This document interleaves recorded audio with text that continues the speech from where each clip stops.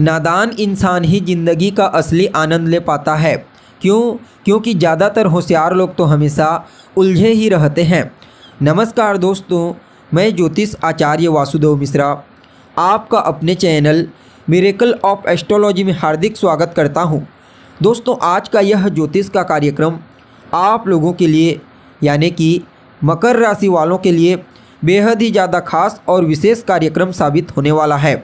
जी हाँ, आज हम बात करेंगे भुवन भास्कर सूर्य के राशि परिवर्तन प्रभाव के बारे में।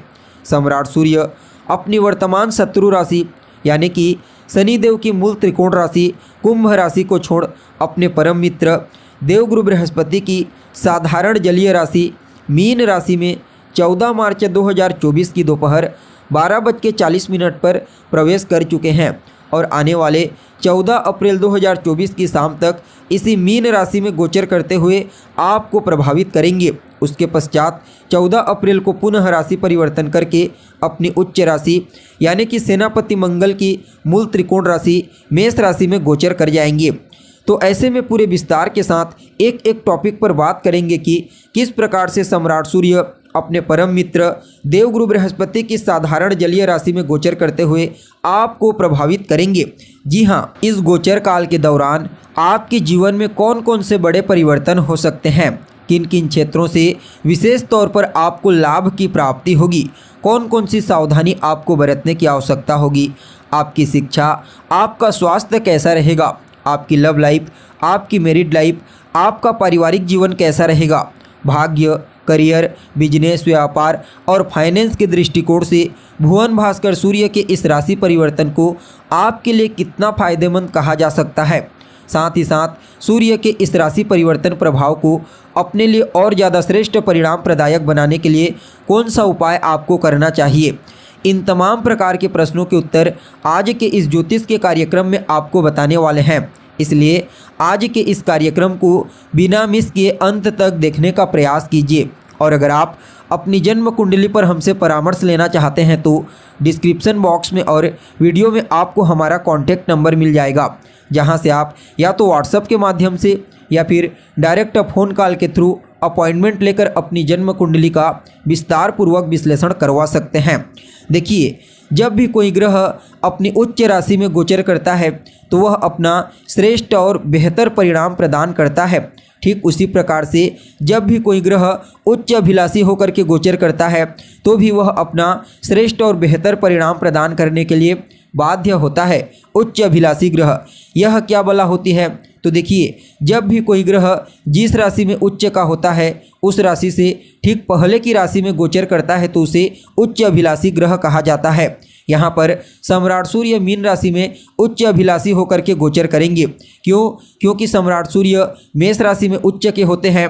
फलतः मीन राशि मेष राशि से जस्ट पहले की राशि है, इसलिए राजा सूर्य को मीन राशि में उच्च अभिलाषी माना जाता है। तो ठीक मेष राशि के समान ही सम्राट सूर्य यहाँ पर मीन राशि में भी आपको सकारात्मक और अद्भुत परिणाम प्रदान करने के लिए बाध्य रहते हैं, लेकिन यहाँ पर आपको उतना श्रेष्ठ परिणाम नहीं दे पाएंगे। क्योंकि अगर आप गोचर कुंडली को देखोगे तो आपको पता चलेगा पहले से ही मीन राशि में राहु गोचर कर रहे हैं। फलतः यहाँ पर सूर्य को राहु के द्वारा कमज़ोर होना पड़ेगा, यानी कि ग्रहण योग से ग्रसित करेंगे। फलतः मीन राशि में उच्च अभिलाषी क्षेत्र में गोचर करते हुए जितना बेहतर और श्रेष्ठ परिणाम आपको सूर्य दे सकते थे उतना श्रेष्ठ परिणाम नहीं दे पाएंगे। लेकिन फिर भी सूर्य यहाँ पर आपको कुछ मामलों में बेहतर परिणाम प्रदान करने का प्रयास करेंगे। क्योंकि यहाँ पर देवगुरु बृहस्पति जो सूर्य और राहु इन दोनों के लिए डिस्पोजिटर ग्रह के रूप में कार्य कर रहे हैं, वह अभी सूर्य की उच्च राशि मेष राशि में बलवान अवस्था में गोचर कर रहे हैं। फलतः यहाँ पर सूर्य को कुछ मामलों में आपको अच्छा परिणाम देने के लिए बाध्य होना पड़ेगा। अब देखिए, सूर्य देव एक राशि में 30 दिन तक रहते हैं, उसके पश्चात राशि परिवर्तन कर लेते हैं। लेकिन अगर आप देखोगे तो जब बलवान अवस्था में होते हैं तो 1 महीने में ही मान सम्मान, पद, प्रतिष्ठा और प्रसिद्धि प्रदान कर देते हैं, इसलिए इनका गोचर बेहद ही महत्वपूर्ण होता है। जी हाँ, अब देखा जाए तो आप लोगों के लिए यानी कि मकर राशि वालों के लिए सूर्य का यह गोचर आपकी राशि से तीसरे भाव में हुआ है। तीसरा भाव किस चीज़ का होता है? तो मूल रूप से तीसरा भाव आपके पुरुषार्थ, आपके पराक्रम, आपकी हिम्मत और कहीं न कहीं आपके कम्युनिकेशन स्किल्स का प्रतिनिधित्व करता भाव है और रिश्तों में आपके छोटे भाई बहनों को इंडिकेट करता है। तो ऐसे में आपके लिए सूर्य के इस गोचर काल को अत्यंत ही श्रेष्ठ कहा जा सकता है। जी हाँ, सम्राट सूर्य आपके लिए अष्टम भाव के स्वामी बनकर तीसरे भाव में यानी कि पराक्रम के भाव में राहु के साथ युति बना करके गोचर करेंगे। फलतः यह समय आपके पराक्रम में, आपके पुरुषार्थ में विशेष रूप से वृद्धि करने वाला साबित होगा। जी हाँ, और जब आप पुरुषार्थ करेंगे, मेहनत करेंगे, तो इसमें कहीं कोई डाउट है ही नहीं कि आपको सफलता की प्राप्ति ना हो। यानी कि आप इस गोचर काल के दौरान अपने लक्ष्य को टारगेट करके पुरुषार्थ करेंगे, मेहनत करेंगे, जिससे आपको आपका लक्ष्य अवश्य ही प्राप्त होगा। हालांकि कुछ परेशानियां भी आएंगी, जैसे कि छोटे भाई बहनों की सेहत में कुछ कमजोरी महसूस हो सकती है। जी हाँ, सूर्य का यह गोचर आपके छोटे भाई बहनों की सेहत पर प्रतिकूल प्रभाव डालेगा और कहीं न कहीं उनके साथ तालमेल भी ठीक ना होने की संभावना दिखाई दे रही है। यानी कि छोटे भाई बहनों के साथ किसी न किसी बात को लेकर के वैचारिक मतभेद, वाद विवाद होने की प्रबल संभावना है। इस बात का विशेष रूप से आपको ध्यान रखना है और कहीं न कहीं पड़ोसियों के साथ भी तालमेल बिगड़ सकता है।